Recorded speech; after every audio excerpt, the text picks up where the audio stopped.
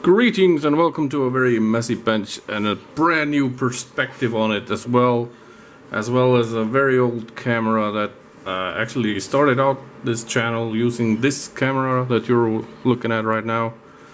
It's my sister's old camera and she finally decided that she wasn't using it at all at her house. So she gave it to me, so now we can use it to make even better videos. Finally my focus won't be all screwed up and lighting mess and such, or at least the lighting will be a little better, I guess, until the autofocus lets out and screws us up again. But anyways, this is the third episode of building my truck, my Chevy 55 Cameo truck, and I'm trying to get rid of a little bit of the mess here. But yeah, so last time I was weathering up the body. I'm still gonna do a little bit more of that weathering, I think, as well as I have the truck bed kind of janked up there. Still masked off the wood grain on the interior there, and that's gonna be maxed off until I have this exterior paint all done and dusted. I don't know, I'm contemplating doing a little bit more scratching and stuff on this, but yeah, at least I think I gotta do a little bit more on this side of the cap. But anyways, we're not talking about the body right now because I got distracted. I was working on the body and I got distracted, like I always get distracted. So these are the front wheels that I have modified, actually wheels from a different kit to fit the thin stock Chevy wheels in the front, and I had to thin them out quite a bit, and like I did in the rear, I also had to thin out the Kragars in the rear, and I also had to thin out the stock I guess it's a brake drum that came with the Chevy kit to fit on the slicks, but the original brake drums don't fit the front when I got these Kragars in there, so it ended up looking like this. And I cut the spindle off a little bit so the tire would fit flush, or the rim would fit flush with the axle there. But once it's in there like this, I felt it was kind of a little bit too far inside of the body there. As you can, if you can see this, it's really far inside the wheel well. So I thought I'd need to make them poke out a little bit more, as well as it was getting on my nerves that it doesn't really have any brakes on the front now once it's modified like this. So I thought I'd try to do a little spacer to bring it more outside and make a little break for it. So here's my paint mule, which is an old Dodge Viper GTS kit. As you can see, I've been trying out lots of stuff with this, and now we're starting to rip it up for parts. So it comes with these brake discs, and I ripped those off in the back, and I have already made this wheel here, which now has a spacer and a disc brake from a Dodge Viper. So I gotta go now and continue that work on this side. I'm gonna show you guys what I did.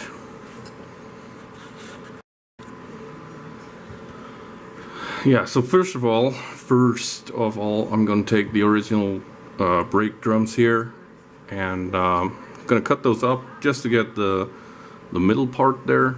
I'm using my old nippers for this.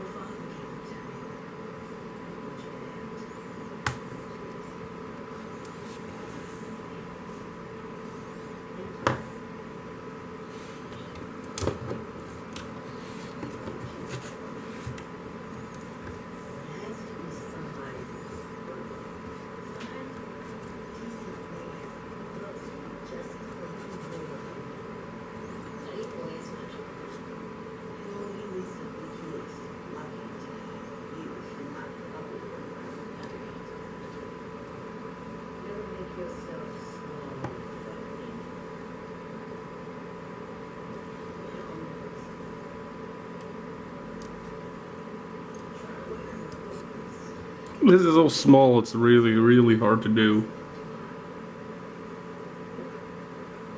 I had better luck with the first one.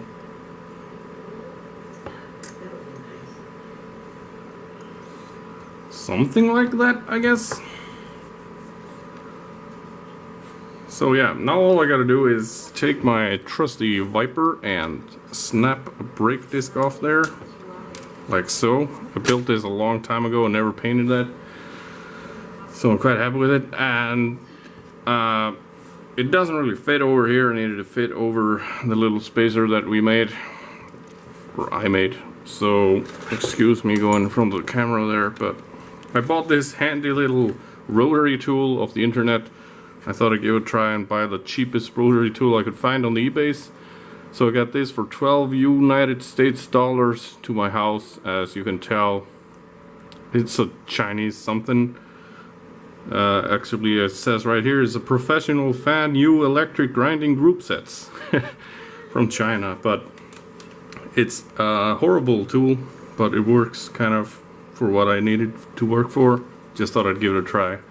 And if I zoom you guys out a little bit, my other way,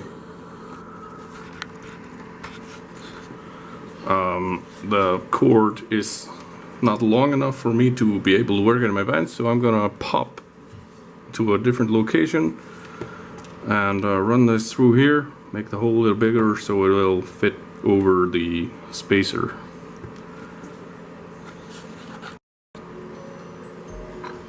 Yeah, so I knew I'd be knocking the camera a lot.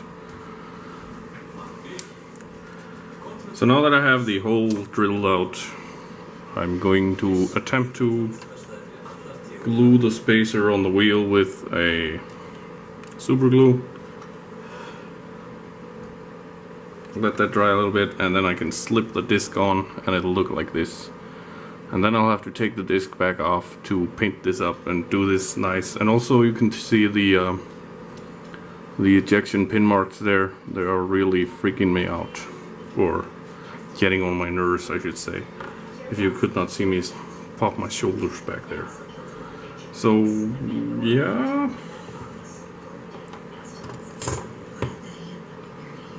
And I'm actually forgetting to smooth this out, so I'm going to go ahead and smooth this out first, and then I'm going to glue it onto the wheel. And I'll get back to you when we have that all done up, fine and good and dandy. Speaking of painting some brake discs that are already chromed, I've removed the Viper logos because this is going to be on the inside. It would be kind of stupid to have a Viper logo on the inside of the brake caliper there. But since I'm going to paint these, I'm going to dechromify them, and when I dechromify them, I might as well dechromify the stuff on this sprue that I'm not going to be using. So I'm just going to cut away the stuff that I want to dechrome. This maybe. So I'm going to keep the bumper in the front chrome, as well as the bumper in the back is going to be staying chrome. So this stuff I'm going to dechromify all of this, even though I'm not going to be using these or the V8 logos, I doubt. I haven't still made up my mind with these, but we'll see. But I'm also going to have to dechromify the tail lights, because I want to paint those white. And the way I dechromify stuff is I put this in this stuff here, like so. I'm gonna put some bleach in it, just regular store brand cheap bleach, and wait a couple of days, and the chrome will just disappear. Back to the body, I guess. I've been doing a lot of thinking, and while I was doing some thinking, I did a little bit more wear and tear on the paint, like on this part and the door, and a lot more on the glass fibers stuff. And I also did a little Vallejo clear gloss on it to prepare it for the decals. And I've been doing some thinking, like I said, on the decals. I was gonna do this, the chop shop decal, but also like this, and also really like these just custom letterings. And I kind of like this because it says Speed Shop on there, but I think I'm gonna go with the West End Speed Shop because it says Speed Shop on there, and the phone number and stuff. I like that, as well as the pinstripes. And to top off with the West End look, I'm also gonna put on some of these pinstripes on the tailgate. Just a little something to add some little flair to it. And yeah, that's what I'm gonna do next. About the chrome parts, they took about a day to lose their chrome, so now they look like this. Super shiny plastic now. I don't know why the plastic comes out super shiny from the bleach. The brake disc actually lost their chrome in a couple of minutes. This took about a day, and I had some other parts for another build in there as well, and I had to leave those for like a couple of days. So I guess it depends on who makes the chrome, how hard it is to get it off. That's the way the things are. So I'm gonna get the decaling. I can't really do that in front of the camera, I think, but we're going with the West End Speed Shop on the doors.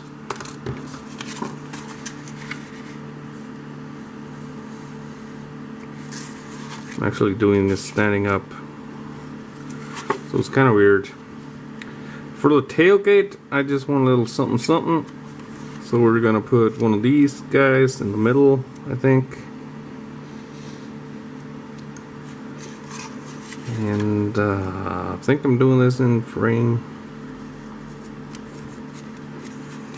And also, once I've put the decals on, I think I'm gonna pull out a sponge and maybe a little bit more pinstripes. Yeah, I'm gonna pull out a sponge, I think, and well, these look good. And what am I talking about here?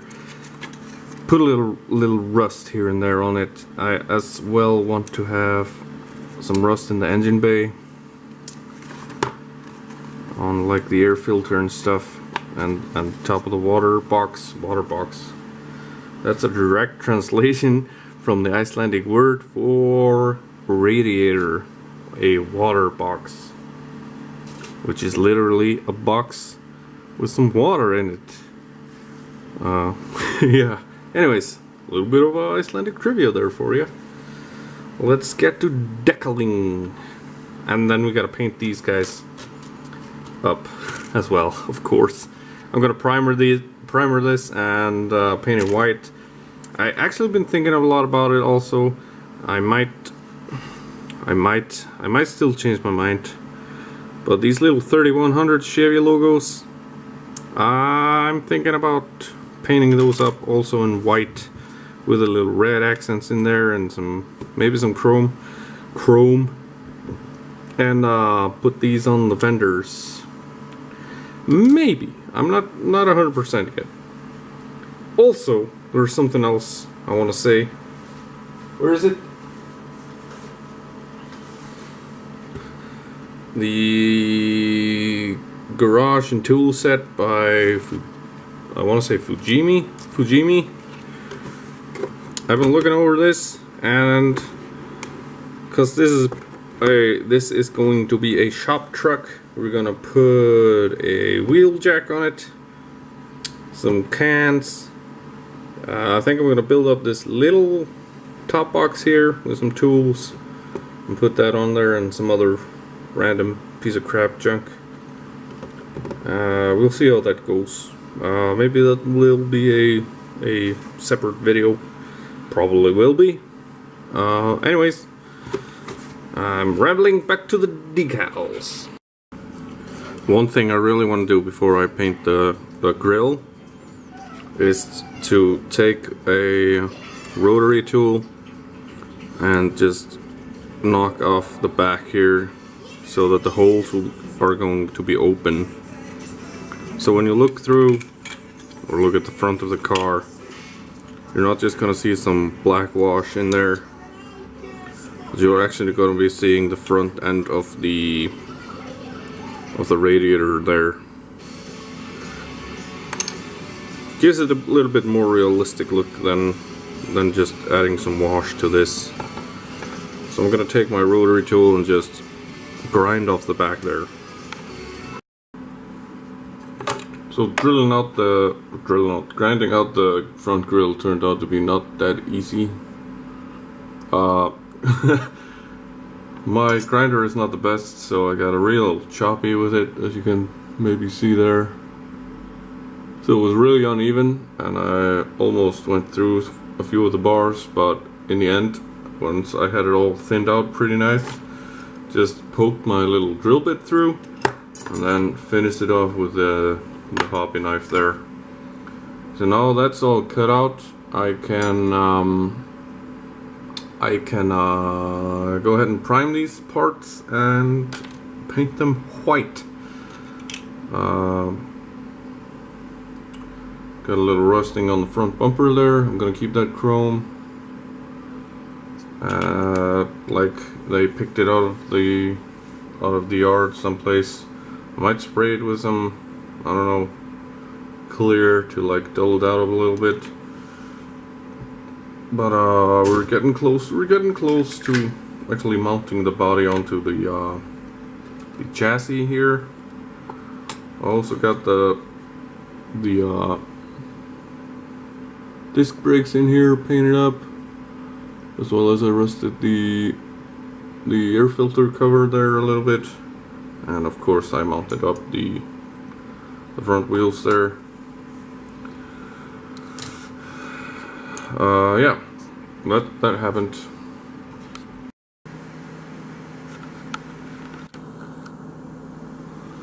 Yeah, so now that I have the body a little bit more rusted up, a little bit more weathered, like it's been outside, I am going to take my trusty oil filters. These are just cheap ass oil colors that I bought. They're real cheap, but they do their job. I'm gonna do sort of a dot filter with those. I'm going to be using the yellow ochre for the rust spots to make like rust stuff. I don't really know how to say that in English. I was thinking burnt umber to make like a fuel drip from the fuel filler cap. And finally we have titanium white to do some rain streaks and stuff like that.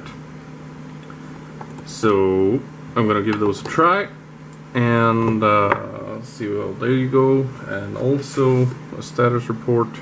I have painted these things white and they look quite good in white. So yeah, after I did the rust stuff, I clear coated this once again with some Vallejo gloss clear, and it is not the smoothest, but then again we're not going for that as smooth of a paint job on this one, but it does the job as to seal everything in, so it's protected from the oil stuff. So when I start hammering on with a paintbrush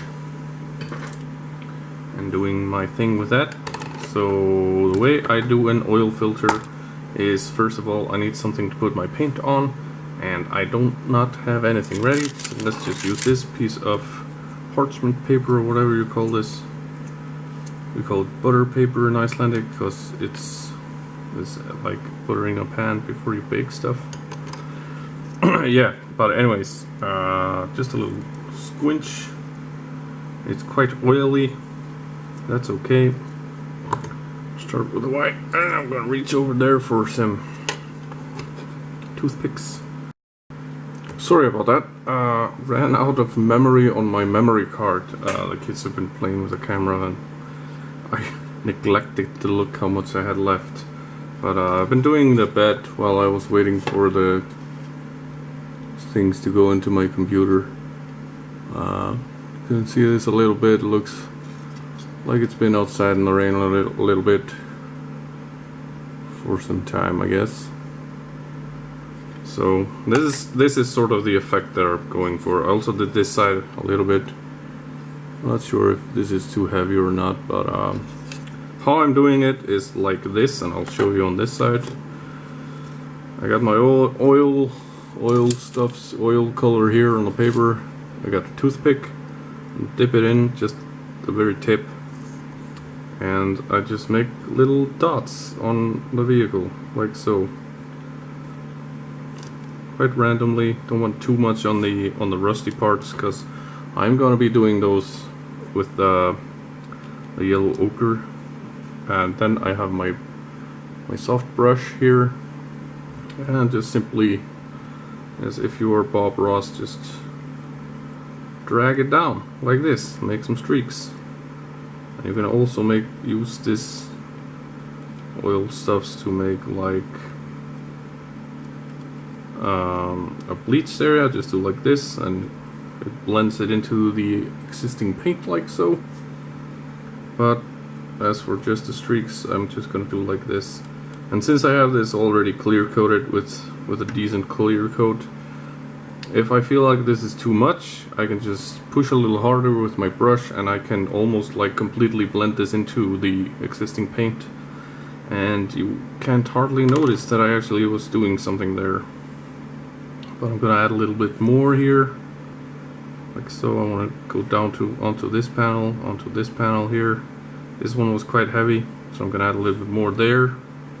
Drag it on further along down the door, and I'm gonna put a little bit here more, and here.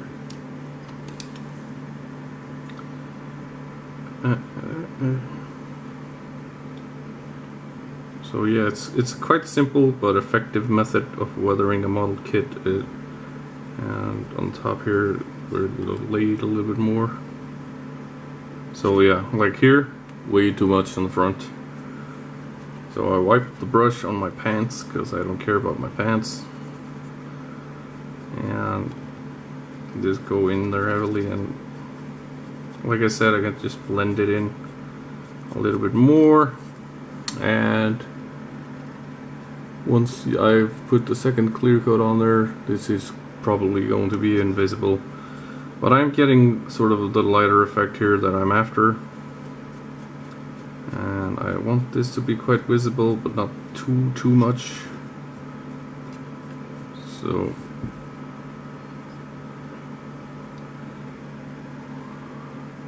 this is sort of the look that I'm going after, I guess. I don't know if the camera is actually exaggerating it a little bit too much, but not really though. And so for the I'm gonna do a little bit on the hood as well. The hood, the bonnet, or yeah, wherever you're from. Say it like you want it. Say it. It's probably way too much here, or not, or I'm going too heavy-handed with it.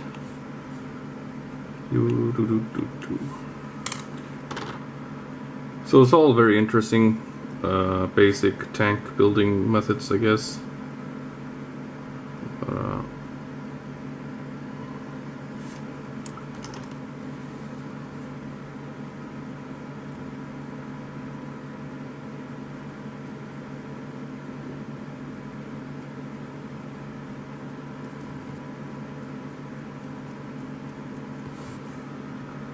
Like so. It's subtle, but not too subtle or something. I don't know. This is the effect that I'm going for. And I'm gonna lighten up the panels on top here as well a little bit. Make it look like it's been sun bleached a little. and that's way too much. And also where I've been handling the paint too much, it's gone a bit dark in places, like on the fenders, on top of the fenders there. So I'm gonna try and bring it back a little bit with the white.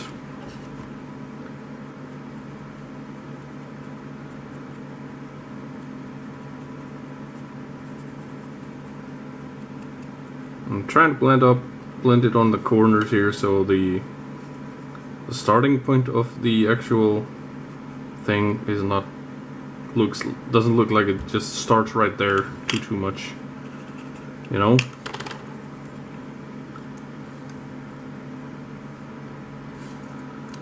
A little bit of this and just rub it around a little bit,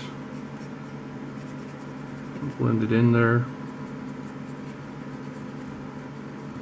And this is actually, I wish I had have learned that before I did my BMW drift missile, because this is the perfect method for doing that sun-baked hood that I was after on that build.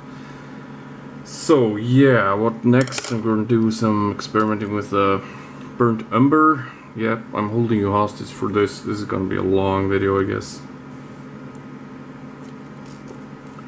Just need a tiniest amount, because I think I'm just going to be doing it underneath the oil, the fuel filler cap. And put a little here. Maybe some more, because I want to look like it's been sloppily fueled up, this truck. Sloppily. I'm saying that with a sloppy voice, I guess. Oh yeah, that's the stuff. Make it look a little dirty around the fuel filler cap there. And I'm gonna go ahead and add a little more. Focus. I'm gonna go ahead and add a little more there, and go around with the yellow umber a little bit. And I'm not gonna keep you guys for that. So now that we have the body like all streaked out and rusted out like I wanted it to, and I also put in the white stuff a little bit, and if you can tell, I chipped that up as well a little bit. It is now time to give this the final clear coat, and didn't really do that much to the rear tailgate there, but gave that corner here a little bit more of a burnt umber look to it.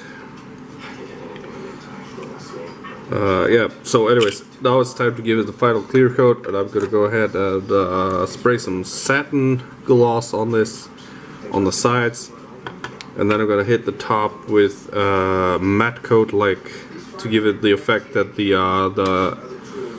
original clear coat has kind of gone away or worn away or whatever. I'm gonna do it like spray it straight down on the top. I got the sniffles now.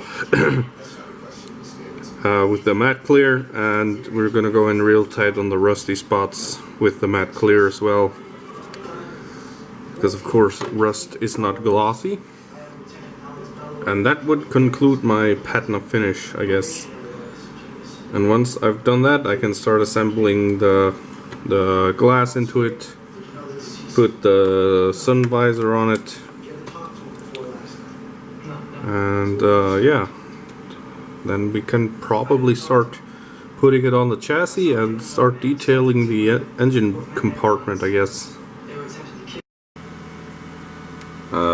So that's it for the painting of the body. Not much to see different than basically when I turned on the camera yesterday. I have spray painted. I've airbrushed the satin varnish here, pretty much retained the amount of gloss, because it's not like super smooth or anything. It is quite rough, but that's the way I like it, rough. Did the matte coat on top here. Don't know if you can tell by the difference in shine. But anyways, this is the way I want my body to look like. Paint it. I might add some dirt later. I have not decided yet, but I think we're gonna end the video there. I've got a full-blown cold now, so excuse my strange voice. But before we leave, I'm going to remove the masking from my truck bed. I've done this once before, or at least when I tried to mask it before, it removed the paint. So, moment of truth. Will it remove huge chunks of paint?